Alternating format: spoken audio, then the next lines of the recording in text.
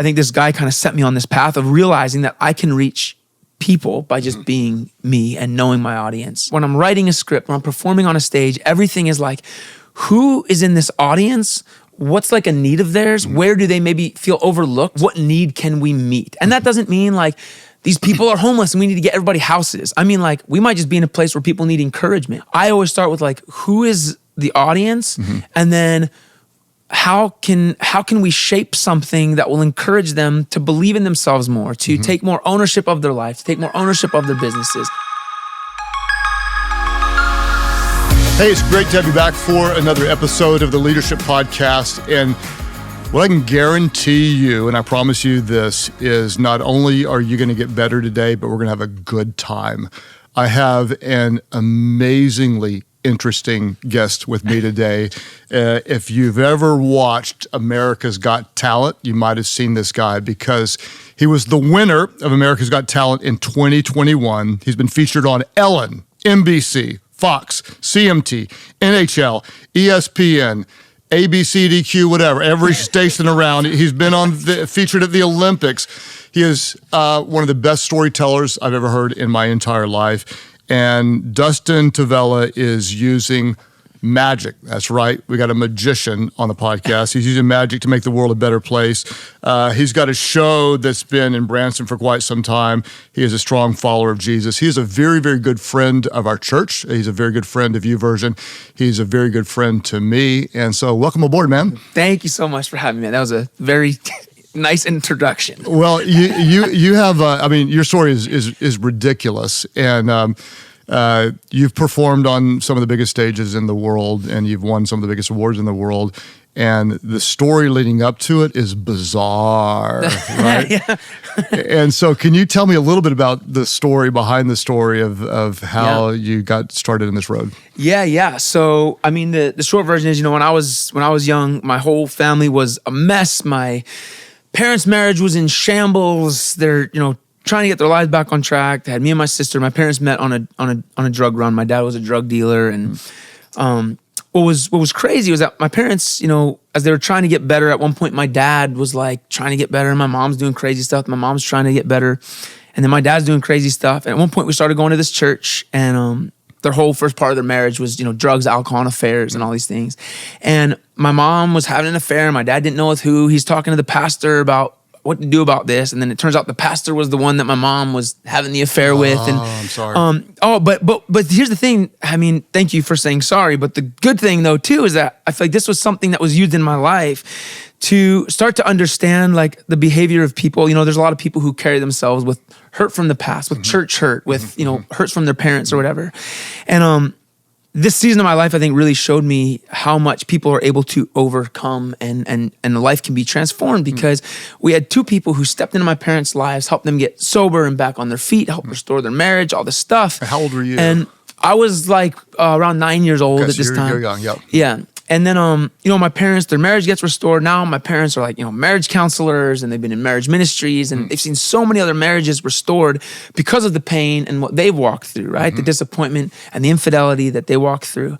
And that couple that helped my parents out, they were people who, they didn't have an education or background in, I don't know, like counseling people. They didn't have degrees. They didn't come from a nonprofit. They were just two humans who were like, we should make an impact because we can see something more than what everybody else sees. When everyone else sees this couple whose marriage is in shambles, who's doing drugs and doing stupid stuff, these people were like, there's hope here.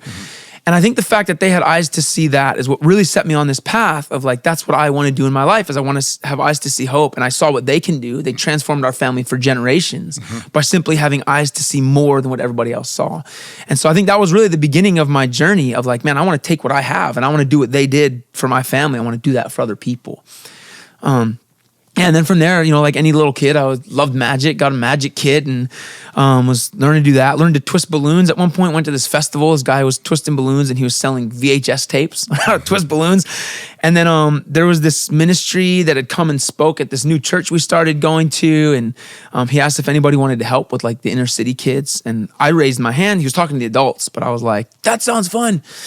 And then he took me serious though. I'm like this 9-year-old kid that's like, I want to help. And so he asked me what I loved. I told him I learned to twist balloons. I do magic. And he's like, what if you dress up like a clown and perform for the other kids your age? And I think it would be cool for them to see like one of their peers, someone their age that comes from a rocky situation, using their gifts to be a blessing to other people. And I think that was also very foundational for me. It was just like this dude, he took me serious. I dressed up like a clown. I performed for these other kids. It was horrible.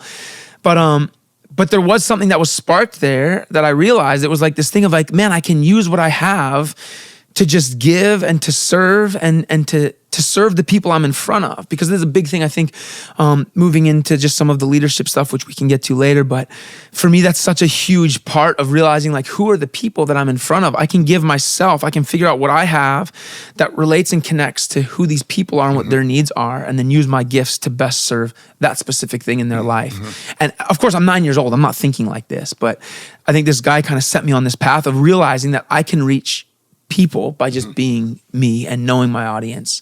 I just want to even pause there and say to like people that might have a 9-year-old that a lot of times we think we got to wait until they're older to really start trying to shape the greatness in them. And it kind of helps to see that, a very invested leader or person, adult in a kid's life can make a big difference. I want to fast forward, and it's an amazing story that, what your family went through, and then to see kind of the healing and the recovery.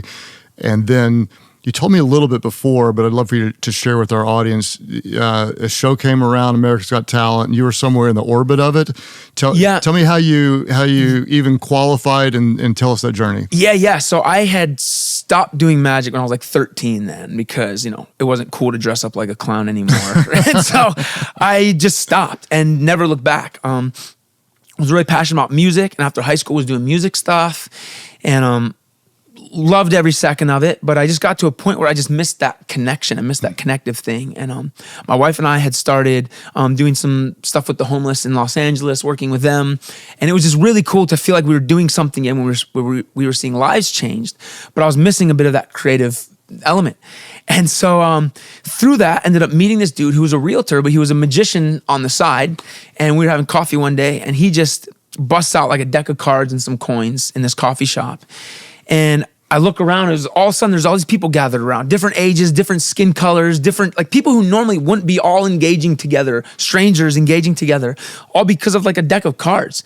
And it was like a bomb went off in my heart, because I'm like, this is crazy. This, like, it didn't take a platform, it didn't take anything. This dude just showed up with some stuff. And so I was like, I think I'm going to be a magician now again. I just, as an adult, we were 3 years into marriage. My wife didn't know anything about me doing magic stuff. She was excited to hear that. Yeah, that's what I say. Yeah, so it's like, that's how I'm going to be a magician, honey. I didn't tell you that 3 years ago when we got married. I always say, I heard someone say something similar to this before, but as a grown man being like, I'm going to be a magician now, I feel like I might as well have been coming out and telling my parents like, I'm going to be a pirate, right? Like it's just, but thankfully my wife is crazy and she's like, that sounds awesome. And I'm like, oh, I thought this was going to be more of a discussion, but I guess I'm a magician. And so I had my parents like shipped out all my old magic tricks. My mom had all these tricks in a box, and we didn't have a ton of money at the time. And I bought 2 decks of cards because I had this idea I needed 2 of the same card. And what was wild was that my wife went on a run one day, and she just came back and she was like, I don't know what it is, but I feel like you're going to win America's Got Talent, like doing magic. And I was like, it's been 2 weeks. So I don't know if that's a thing that happens. Not very good yet. But yeah, so I had a friend I was catching up with, and she was an actress from when I was doing music stuff, and we were talking, and she's asked me what I've been doing, and she had just done a movie with Tyra Banks. Tyra Banks was hosting America's Got Talent at the time.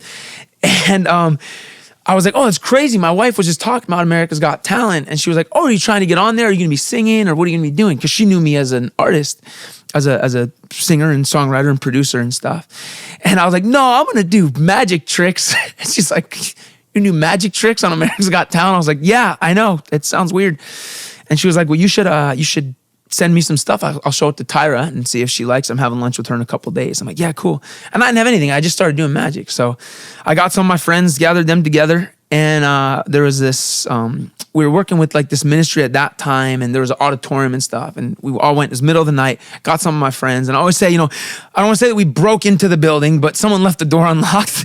And so we went onto the stage, we figured out how to turn the lights on, and we filmed just a bunch of fake magic tricks, man. Like I said, I was like, I'm gonna give you this card, and you just be like, oh, just freak out and act like that's, I did something.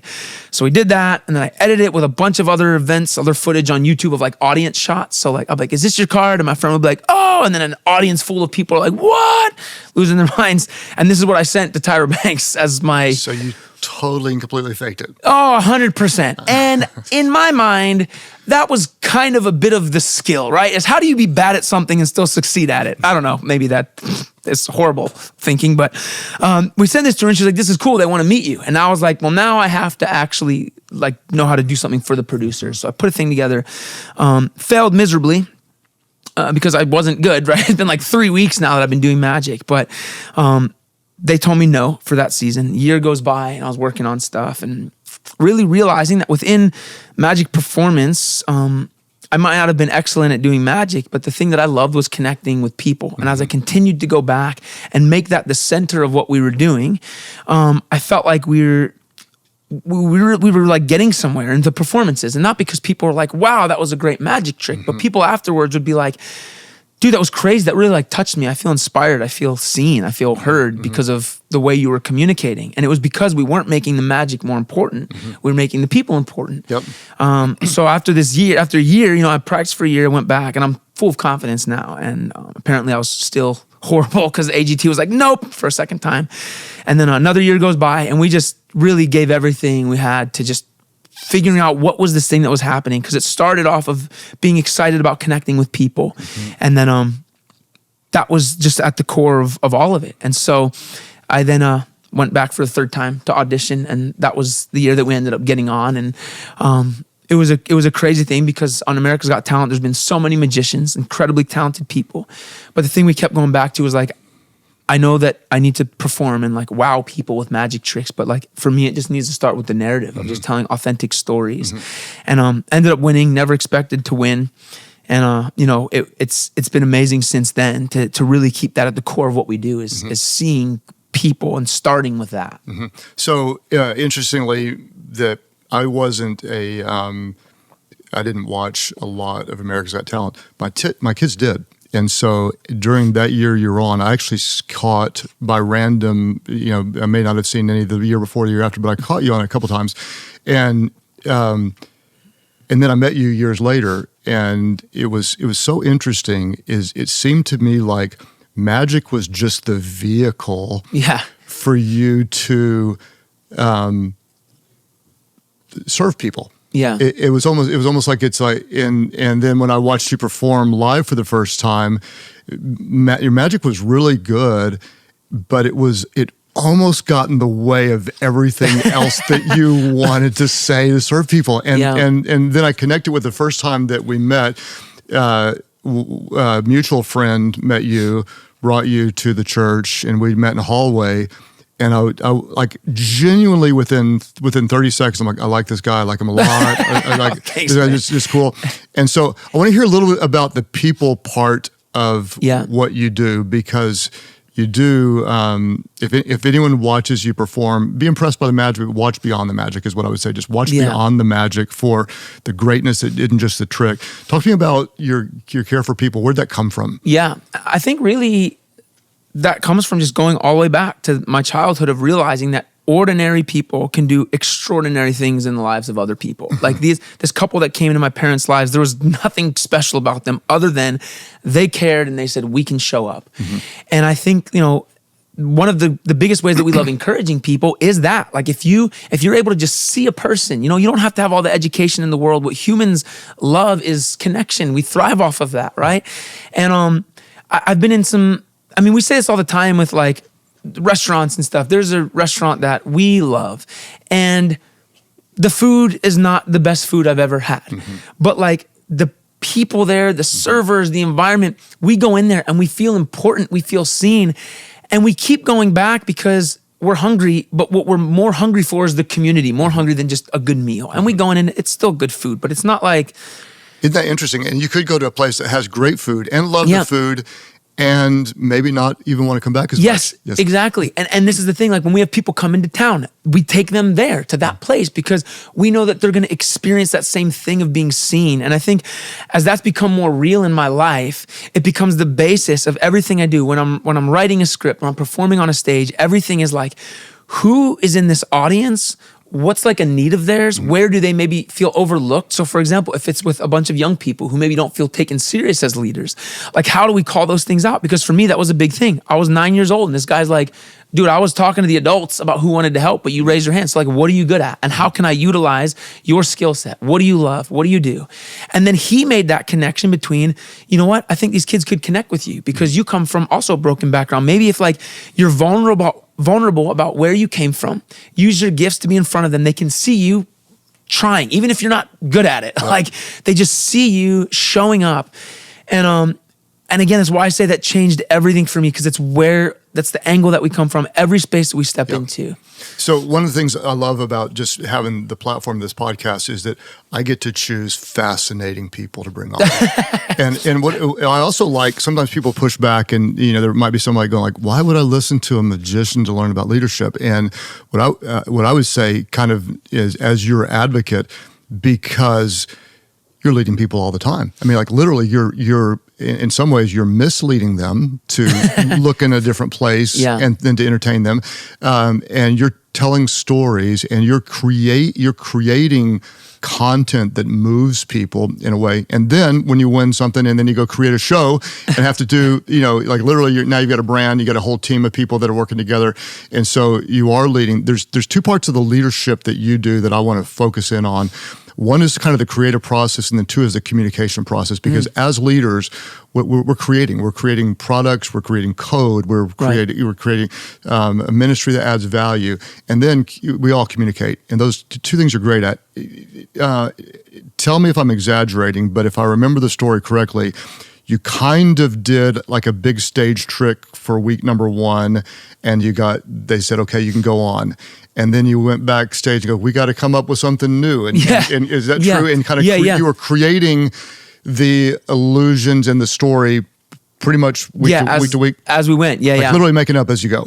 For sure. So number one, that's encouraging to know you can be that dumb and crazy and pull it off, naive and creative. And then when you're creating, what do you start with? Do you the end in mind? Does the story drive the illusion? Does the illusion drive the story? How does it start? Yeah. So for me, again, and I cannot say this enough, I always go back to people. It's like, what need can we meet? And that doesn't mean like these people are homeless and we need to get everybody houses. I mean, like we might just be in a place where people need encouragement, right? We might step into a place where maybe they need some encouragement, but also they're a bunch of more businessmen or they're farmers or they're whatever. I think I always start with like, who is the audience? And then how can we shape something that will encourage them to believe in themselves more, to take more ownership of their life, to take more ownership of their businesses? Because we'll do corporate stuff, we do high school stuff, we do college stuff, we do church stuff, and all of these audiences are very different. Yeah, that's why you won. Right?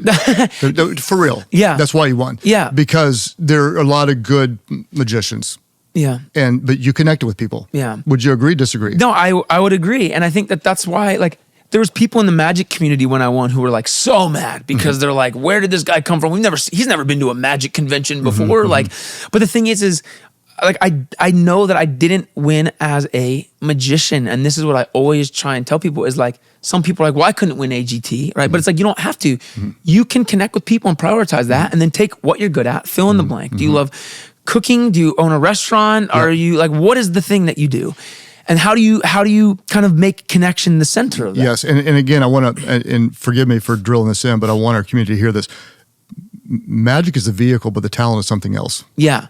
Yeah, it really is. Yeah, and the talent because you would find a way to be successful. If you couldn't do magic, that would not rob you of your gift. Right. That would you just change vehicles. You'd get in a different car and you still go somewhere. Yes. And so I want people to hear that because there's something in all of us that, like for example, I'm leading a church. If you took this away and said, you can't be a pastor of a church anymore, I'd find a way to make a difference. Yeah. Because it's not just the vehicle, but it's the heart behind it. Yeah. And so I want you to talk a little bit about that. What do you do with that? You're someone out there right now, they're listening and they're going like, I really do want to make a difference, but I don't know what my vehicle is. I don't know how to use it. What advice would you have for them? Yeah.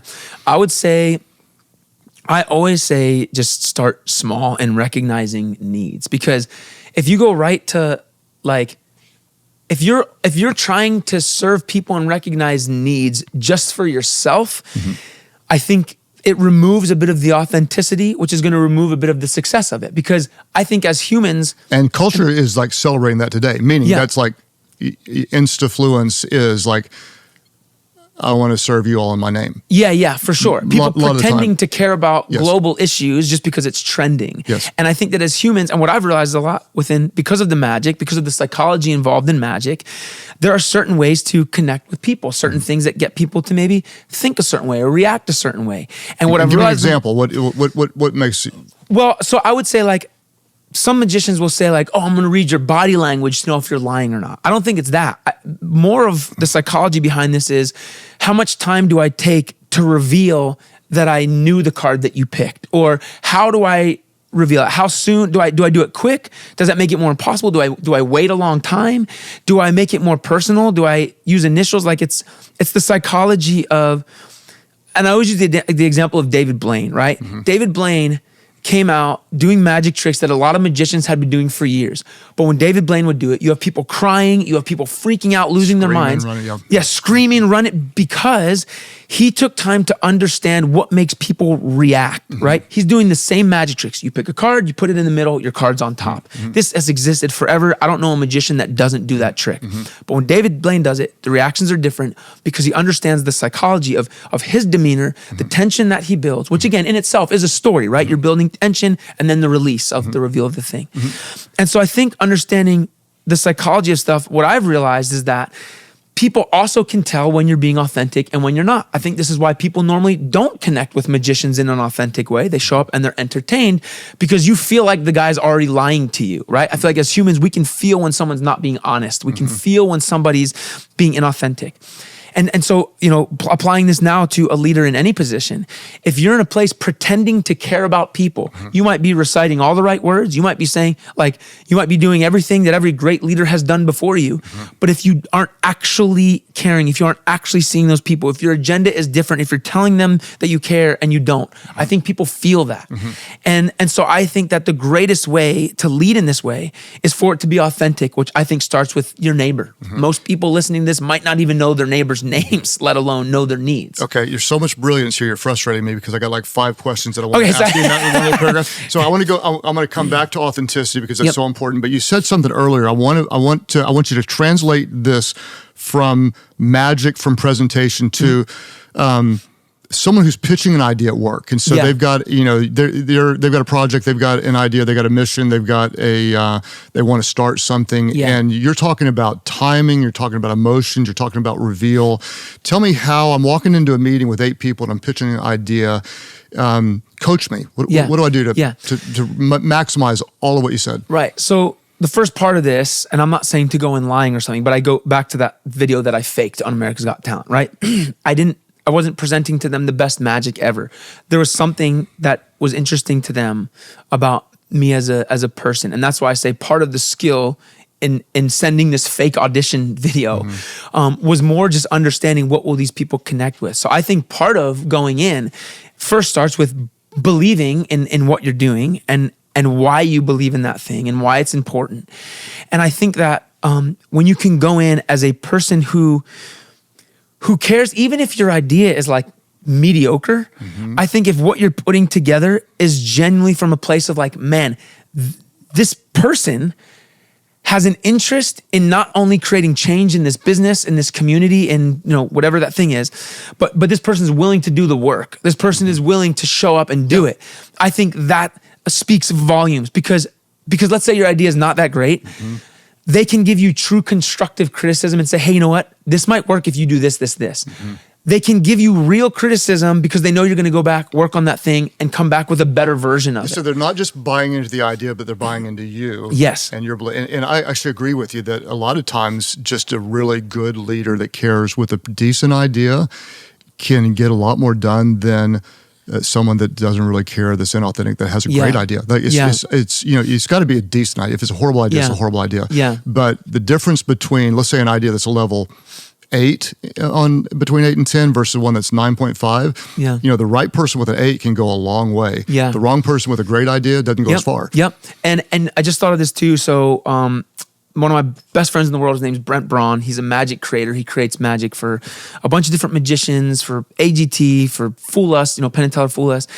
And what I actually met him after my first audition on America's Got Talent. And I was like fangirling over this dude because I'm like, this is the guy. He makes magic for everybody.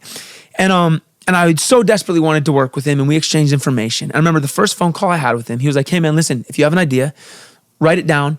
And he said, do this. He said, put it together in a script, put the prop ideas. Basically, he gave me all this like tedious, stupid work to be doing.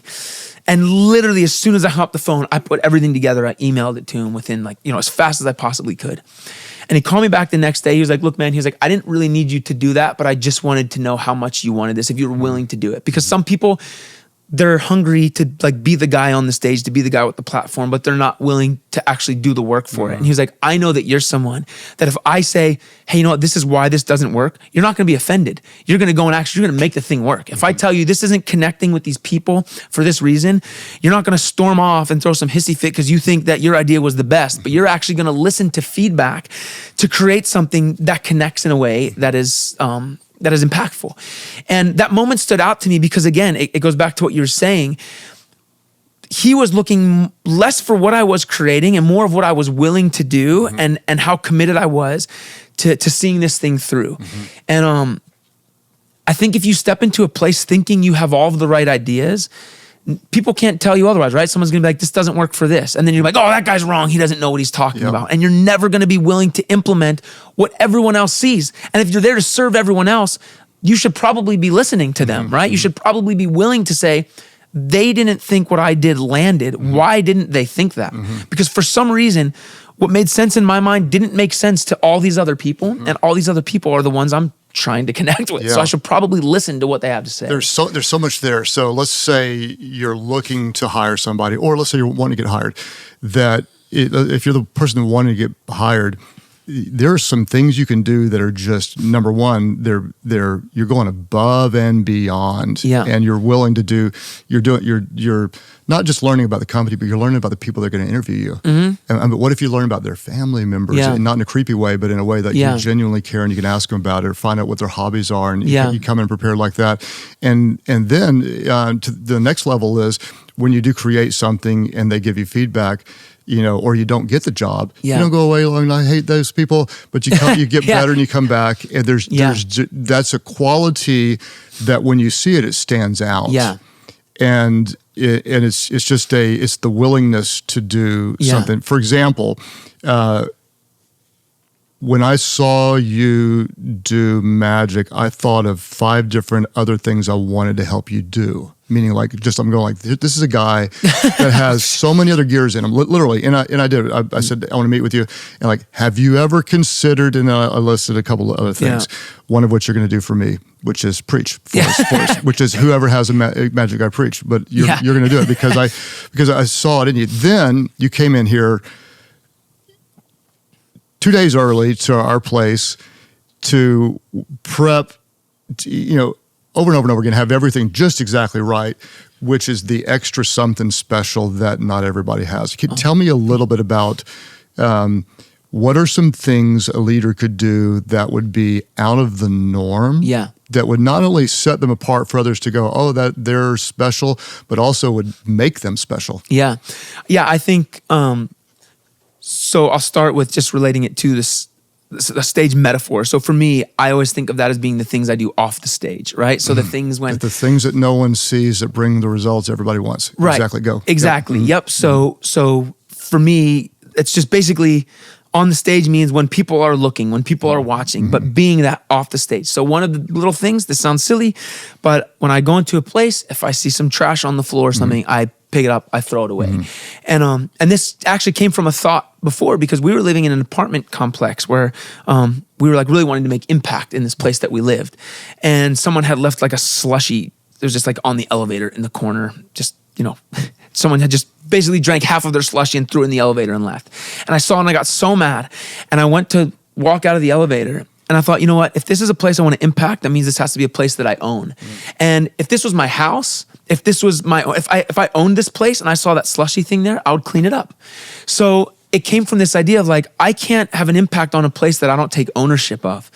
And so that was just one of those little things. Everywhere I went, I started picking up trash places and really trying to be intentional with small moments that people don't see. And what's funny is that I actually did a job, this was like semi-recently, I did a job where I met the guy who hired me, and afterwards he was like, you know what, I wasn't sure, and this is like a weird story, but this is a true story of a thing that happened. He was like, he was at another event, and he was like in the bathroom, he was in the stall, and I went into the bathroom, I was using the bathroom too, and then he was like, I was at that event, I was in the stall, you were in the bathroom, I watched you clean something up, and then there was someone else in there, and I heard you encouraging that guy. You took time, you had other stuff you were doing, but you took time in the bathroom to encourage a person. This guy ends up hiring me then for a job later because of a thing that I didn't even realize happened. Yes. But it was one of those moments where it happened because of that thing being intentional, when I didn't know there was a guy, watching me through the crack of the stall, just like watching. Which is this a little bit odd. It's odd. It is. But this is what I'm saying is like, you have no idea what those odd moments could exactly produce in your life. And it might not be that. You might not get hired from a guy who's, in the bathroom. But what that will do is it will create something in your character that when you step into that place with that idea, with that pitch, if you're applying for a job, whatever that thing is, you go in with the mentality of, I need to take ownership of this place. And again, that's a thing that people feel. You can't fake that. That's so good. And these are quality. That's why you would be successful in whatever field. It's the intangibles, or even the tangibles, meaning the quote, I wrote this down, I mean, this is so brilliant, is if this is a place I want to impact, is a place I need to own. And that's one of the biggest things that we do as leaders is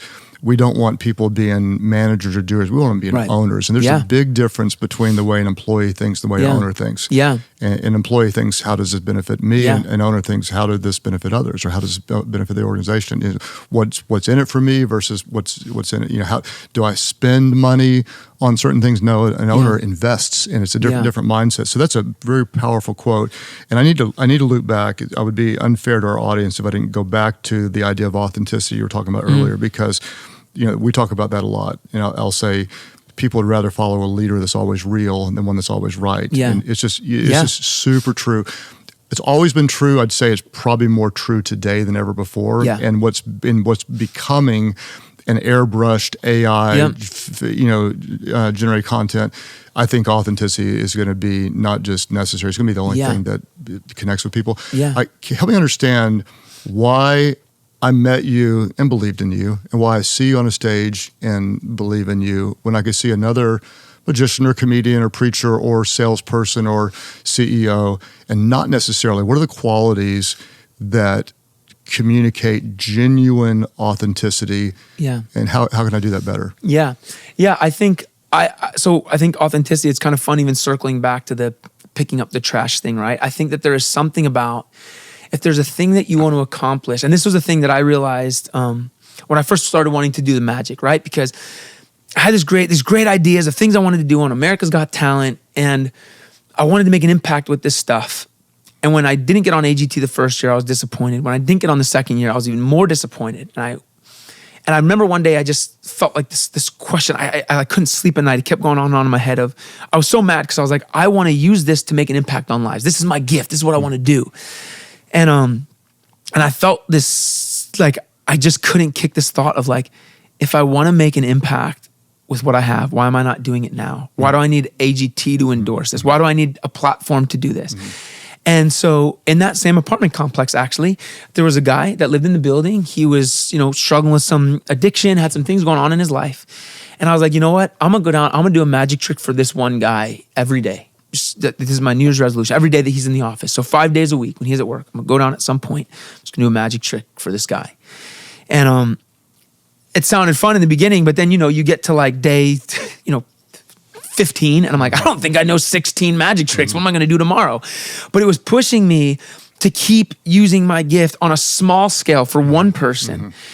And at the end of that year, this guy, he gets sober and he turns his life around. There was a bunch of change that happened. It was really because of the connection that was starting between us, the friendship that was built.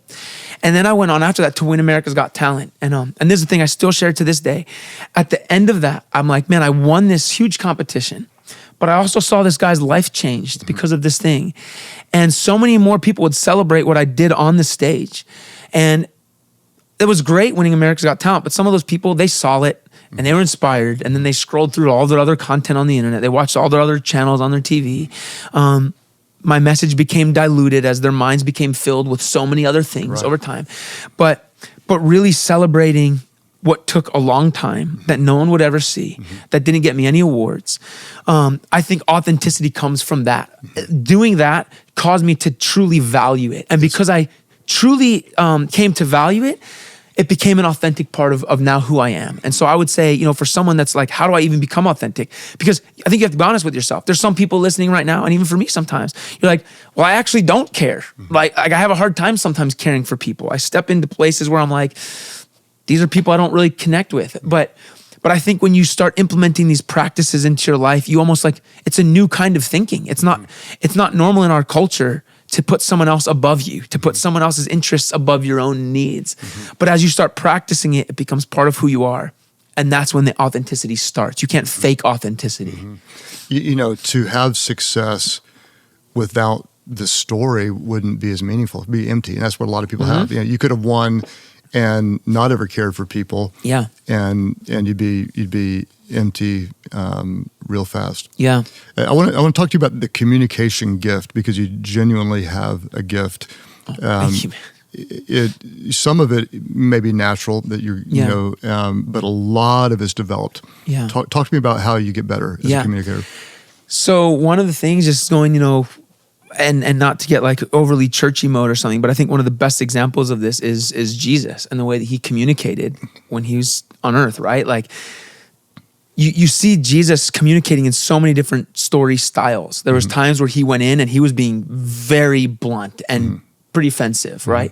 And then there's times when he's being very general and very vague. And I think we see this a lot in churches not working, because some churches are trying to just be blunt and trying to just be one communication style. And then you see other people who are trying to water stuff down so much that people step in and they're like, I feel like this was more of a talent show than a church service, right? But I think what Jesus did so excellently was he knew his audience when he was telling a story, and Jesus was a storyteller. He was a communicator. There's times he goes in, and again, he's being very direct and very specific. Then there's times and he goes in and he looks and he's like, okay, I got a bunch of farmers here. These people own land. They understand this. So he says, hey guys, if you throw seed on this soil, it'll grow. If you throw it here, it won't grow. He's like, all right, see you later. And the disciples are like, wait, was that supposed to be a message? Like what? But Jesus knew his audience. He knew where they were at. He knew their education level. He knew their professions. And he took that into account. And this is why Jesus' communication style, it was always the same Jesus. He always had the same intention of encouraging and empowering people, lifting people up, seeing those who felt overlooked. But the way he told those stories changed because he knew where people were at. He knew what their occupations were. He knew what they were interested in. And that takes getting over yourself. So it's weird to think like when I'm putting a story together, I need to first squash my pride and say, it doesn't matter what I like. Because if it's for them, then I need to just think of what they like. And there's times where like... Super important. It's so important. Like communicators all the time will say, how'd it go? Well, I liked it. Like, it really doesn't matter if you liked it or not. Yeah. Was it effective? I know. Did it serve somebody else? Yeah. And this is the thing I learned too, even doing stuff within the church, because I used to lead worship a ton. And we would go into a place, maybe we were leading worship for a church of like older people. And you see this a lot in like young worship leaders. They want to play their new, young, cool songs and all these things. And then they lead this worship service and no one's connecting. And they're so mad at everyone else. And it's like, but you just came in, like this is a demographic of people who maybe don't like that music. And I get that you want to make a statement by playing the loud, cool, but like, But then that's not you serving them. You're wanting them to like what you like. And if your job is to step in and serve them, then like you need to start with understanding who they are. And you might need to choose some songs that aren't your favorite, but you know it's going to best serve them.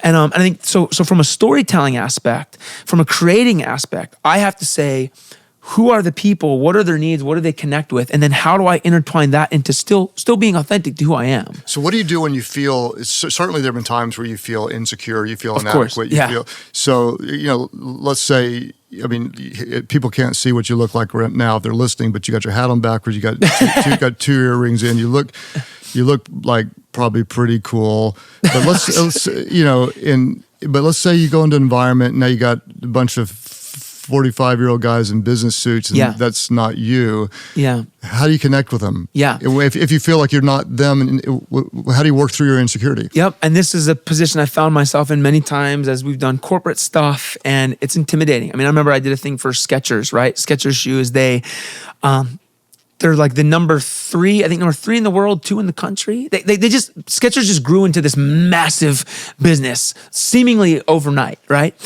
And all these people who are so great with business and all this stuff. But what I realize is like at the core, there is a part of everybody that is human.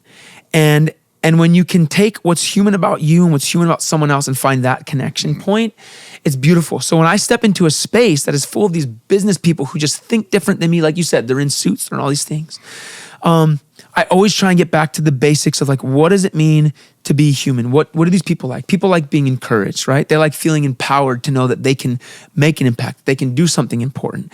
What do they maybe need to hear that that they wouldn't normally be used to hearing, but how can I communicate that in a way that gets their guard down? So for me, to share stories of personal failures that might connect with failures that they can also relate to, right? Of having dreams that maybe didn't work out at first, but continuing to do that thing. And someone said this to my wife before that I try and carry with. She said, what's most personal is what most universal. And I think sometimes we try and go in with these very general and vague messages. That makes it hard to connect.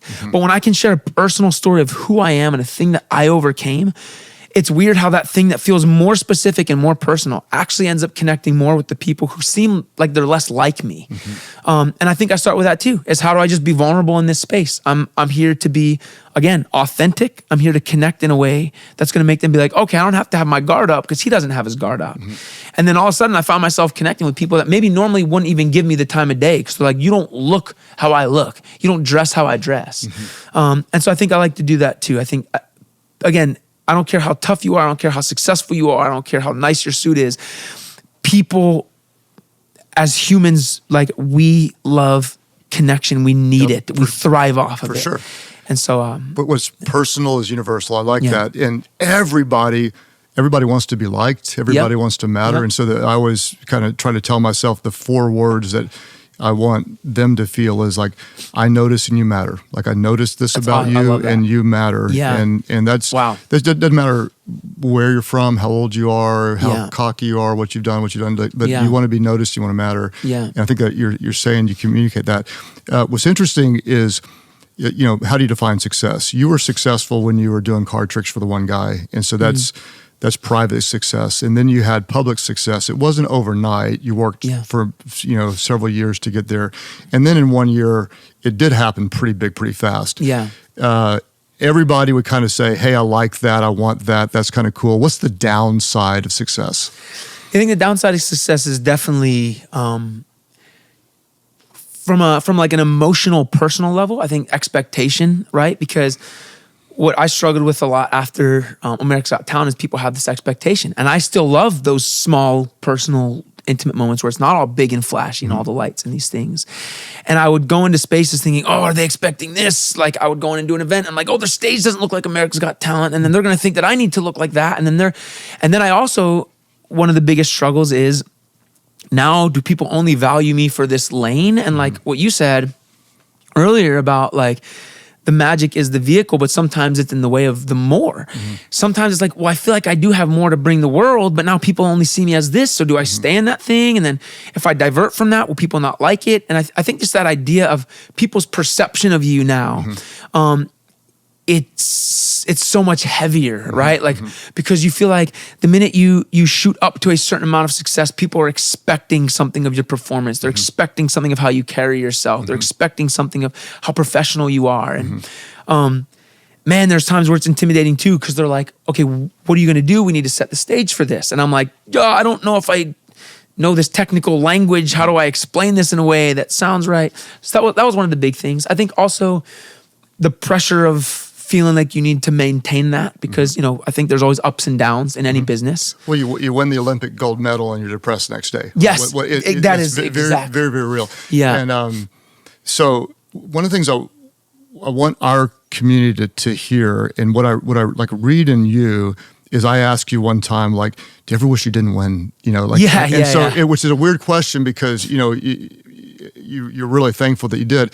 And sometimes you're kind of like going, well, I wish I could be known for other things too. Yes, exactly. Right? And so this is interesting, because I get this a lot. One of the criticisms I get is people like going like, you're a pastor, so why are you talking about leadership? And I'm going like, actually, I don't see those as competing values. I see them as, or like, you're a pilot. Like, why do you have time to do that? Like, or I'm an investor. I am an investor.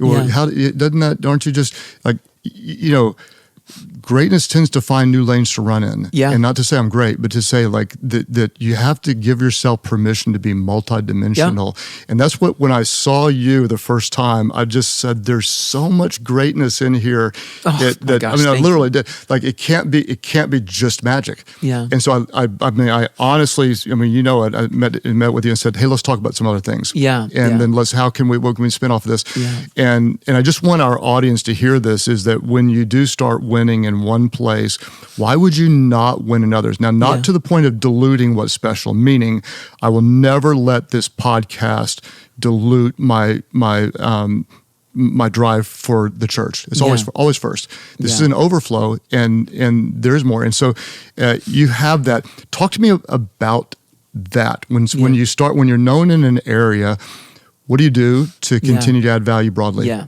Oh, and just one thing too that I want to say, because you just made me think of this also. Like, I think what has made you so successful again, and what makes you so successful in these lanes, is your ability to step into a space and see value that no one else sees. And that's a thing.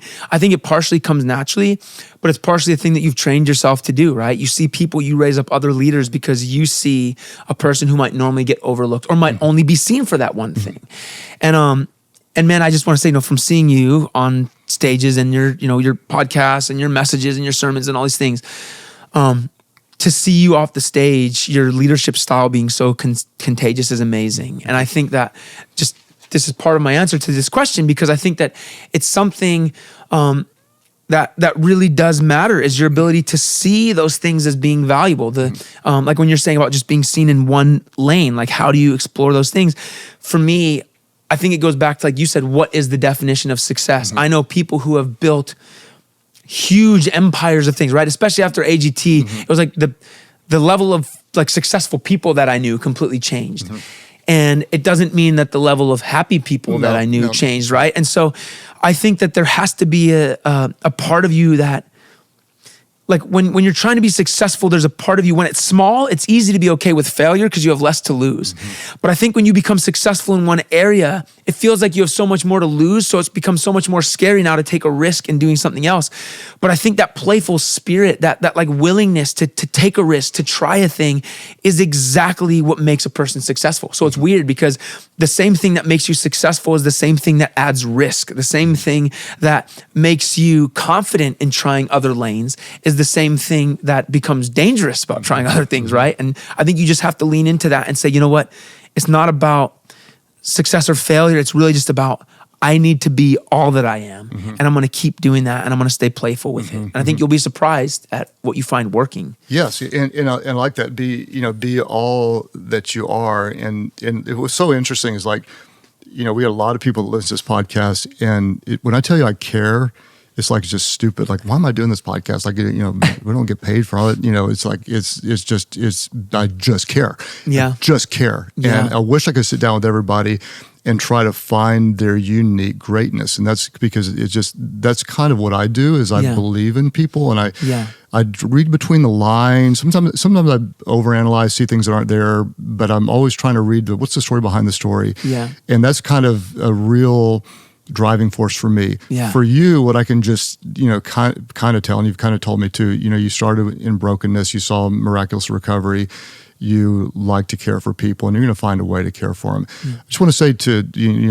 our community listening is, find what that is in you. It's often born out of brokenness. Yeah. I think I was so insecure growing up, so insecure that I felt like the only way to win approval was to win something, to beat somebody. Yeah. And that was born out of brokenness. And then and now I want to help other people get out of that brokenness. And so you've done that so well. But I'd like to hear, my favorite kind of question is the story behind the story. Yeah. And so today, when you're setting up early and you're treating our team here with like they're your best friends, and you come in like you're genuinely a friend, I say you're a friend of the church. I don't think I've introduced anybody really that way before, but you seem like this in your church, but you're a friend of the church. You're a friend of you version. You're wearing the shirt, and you served us, and you're a person of faith that drives you to serve in ways that many people don't. Give me a little bit of the why. Yeah. I think just because I see how effective it can be. And, there's so many times in life I'm tempted to make it about me. Like I want to be the guy. And then you don't, like you're not on social media, you hide. Which is interesting. Yeah. You're a public figure that's not always public. Yeah. Yeah. And I think I've tried to live my life in a way to really like protect that thing. I've seen so many people lose themselves in the success, in the drive for success, and even the drive to be the guy. Because there's times where so we're talking about even vulnerability. If I'm to be vulnerable right now, there's times I can say, I want to see the world change. I love using magic to do this. It's hard if I see another magician doing a similar thing. It's like, oh, but I wanted to be that. I want to be the one to reach everybody, right? And I think what you said is so important. And this is the thing that inspires me. And this is why I think, maybe to answer your question too, I think it's so important to keep people in your life who are challenging you to live in a different way. Because like in the short time that we've known each other, the bit that we've got to know each other, like you just said, I wish I could talk to everybody and do this thing, but you can't. But what you've done is the people who you can talk to, who you've invested into, you've taught them to do that. And as I have spent now multiple different occasions in different facets of your ministry and this church and YouVersion, all these things, I have watched your leadership style multiplied and mimicked, and I watch everyone else who's in positions of leadership doing the same thing. The reason I've come in and feel so connected to this place is because you have trained people to see people. I feel seen in this place. Going back to the ownership thing, I feel challenged to take ownership in this space when I'm here because you guys have treated me like I am part. And that comes from the way that you have led. And I think that as we live life in a way that is like a reminder that, I can't do everything, and I can raise other people up and train them to do more than what I can do on my own.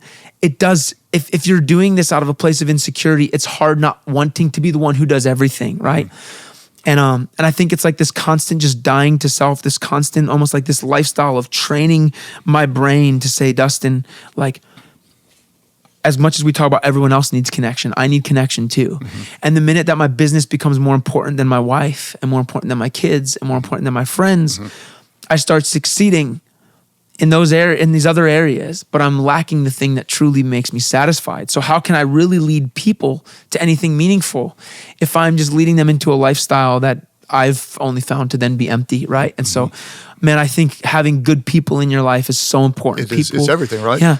People who don't care about your church, about my magic show, about being the pilot of the business. You're way too grounded with external success. You can't be there without the right people in your life. You'll float away. Yeah. And that's it's one of the most important things we can do is bring the right people around us. I have a question I want to ask you that I hope you can answer it, and I want to just give qualify it to our audience. We have people of all different faith backgrounds, no faith, and obviously we share the same faith as followers of Jesus. And so I'm not here to try to shove that down anybody's in their face. But we do have a lot of people that would skew towards saying, I'm a person of faith. Yeah. You're on a national stage in front of people that don't care about your faith. Some would not like it, and yet you represented it well. Tell me as a leader how I can do that in a way that's not too pushy, too passive, too creepy, too weird, because you do it so well. Yeah, thank you, man. I actually heard a quote one time. Someone said that sometimes we rely too much on the book that they didn't have instead of the spirit that they did have. Meaning, you read through the Bible and you see these guys relying on the Spirit of God to walk these things out. Like when I read the Bible, I'm reading stories about Paul and about Peter and about Moses. Moses wasn't reading stories about like he is the story, right? And basically like we have this book that they didn't have, but we have the same spirit that they had. Meaning is the Bible, that's not to say that the Bible is not important, but it's to say that like I also need to be living out my own gospel as well. And when I step into places like onto America's Got Talent. That's a crazy way to think about it. If we wrote about your life, and it's not the Bible, but if we did, if we put it down on paper and said, let's study this, would we be inspired to be more like Jesus? Yeah. Like Peter wasn't living his life like, they're writing a story about me and I'm gonna, he was living his life in relationship with Jesus. And not always right. Right, and not always right. The good stuff, the bad stuff, all of it.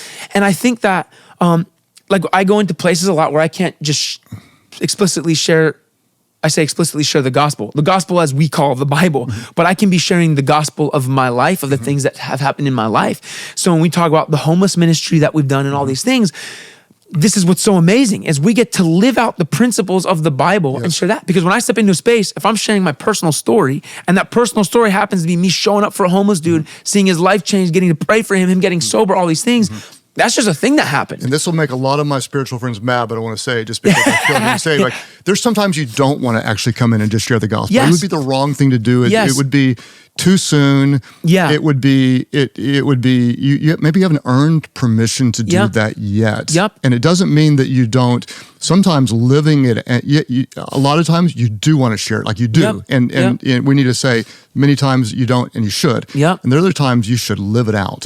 And let that shout it out. And this, going back to the Jesus example, there was times the other religious leaders and the disciples are like, why did you just tell people if they throw seeds here, it'll grow, and here, what? Isn't that watering down the message? Isn't that? But Jesus knew where the people were at. He knew what they were ready to hear. And I mean, are you going to preach to Jesus and be like, Jesus, you're not bold enough, right? Like you watered down that message. I think that's the thing of, again, understanding a person. It's not an excuse to shy away from what we believe. It's actually, it takes time to know people. And it's the thing, it is the thing that I love the most, that like when you're living that out, I get to just share aspects of my life with people and to genuinely care. And going back again to my parents' story, when my mom's having an affair with the pastor and stuff, it would have been silly for someone to come in quoting scripture about like forcing my dad through this process of the church. Like, we had real church hurt, right? Like that's a time when you probably just hate the church. I might just hate religion altogether. But knowing that guy is a human, what it took was other humans not shoving the gospel down my parents' throats, right? But like living that out. These were Christian people who stepped into my parents' lives and still cared and they showed them. And now it was so powerful that my parents were able to differentiate a pastor who failed miserably and some other Christians who just represented Jesus. It wasn't the church. I mean, it wasn't God who hurt them. It wasn't God who let them down. It was people, and that's okay because we fail. And I think living out the gospel is the more impactful than preaching all day long. It's the most impactful thing that we can do. So you have you're working on a book. You'll be starting a podcast. A lot of people are going to go, okay, I need to find out more about this guy. You got a show in Branson. And how can people find you? I think like the big thing would be, we're going to start being way more active on like our YouTube channel, and then DustinTavella.com on the website. You'll be able to find everything. There's a book that I'm working on right now, 2 different books. One about just some of these lessons that I've learned throughout the course of, doing these years of ministry and music career and being a clown and then being a magician. And then one book just of this crazy story and all of the things that have come full circle. And then just wanting to start a podcast of really wanting to share more in depth some of the things that have happened in our lives, because it's hard to nutshell it all into one small conversation. And also I have some really weird and interesting people in my life that I'd love for the world to get to see, right? These guys who That's exactly why I had you on. Right? Like, you're one of those weird and interesting people I wanted my community to know. I love it, man. Yeah. And it's fun showing off weird and interesting friends, right? If you're not weird, you can't be great. That's the bottom line is, and write that down. If you're not weird, you can't be great. Yeah, I'm gonna. It's recorded. I'm gonna write it down. I don't think I've said that before, but I've tried. That's the way I like it. If you're not weird, you can't be great. Yeah. No, it's amazing, man. I think there's too many people trying to be successful by saying, what are other people doing on the internet right now, right? And they're following the algorithm, they're following the hashtags and the time of day and all stuff, and it's like, the person who made it to the top, he was the first guy to do it. Yeah. So if you're trying to stand out, stop trying to follow the model of everyone else. Be weird. And this is my favorite verse too. When you said if you can't be weird, you can't be great. One of my favorite Bible verses is where it literally says, as believers, we are peculiar people. That's right. It calls us peculiar. We should be weird. We should see things differently. I should walk into a business meeting where I should be more weird about impressing them with my business knowledge, but I should look and be like, you know what? I think it's more important to pick up that straw wrapper that's like on the floor, right? That's weird, right? But this is why I love the gospel. It's what it calls us to do, is to be weird, to be peculiar, and be weird and be great. I love that. Yeah. Well, Dustin, I applaud all the things that we didn't even get to cover today. The fact that you truly value your family, that you're a great husband to your wife, and you put them before any kind of external success, and that you're grounded in the gospel, and that you have deep relationships, and that you treat people with integrity. And so those are the true great qualities about you, and the rest is just what we get to see is the fruit of it. So thank you for being who you are. Thank you for being a friend to our church. Thank you for being a friend to me and to my family. So it's an honor to have you on. And I just want to say to all of you, man, I hope you're inspired by this, because here you got a guy that literally was making up magic tricks as he went, week after week, and to grow and use storytelling to impact people. And so I want to tell you right now, there's more in you. There's way more in you. And it's the kind of the weird things, the peculiar things, the things that people make fun of. That's often where your greatness is buried. And so be free, be empowered to explore those things, and do it with an others-focused heart. When you serve people, that's a real quote. You serve people, you'll be great. That's the greatest of those who serve. And so thank you for being great in serving, and thank you for being a part of our community. I genuinely do care about you so much, and I'm going to work hard to bring content that helps you grow in your leadership, because we know that everyone wins when the leader gets better.